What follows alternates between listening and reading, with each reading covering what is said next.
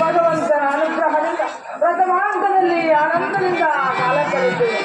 ದೇವ ತ್ರಿಮೂರ್ತಿಗಳ ಸಹಾಯಕರಾದ ನನಗೆ ನನ್ನ ಮಾರ್ಗದಲ್ಲಿ ಯಾವ ಕಂಟಕವೂ ಬಾರದಂತೆ ನನ್ನಲ್ಲಿ ಜಗದ್ರಂಗ ನಾಟಕದಿಂದ ಅಭಿವೃದ್ಧಿ.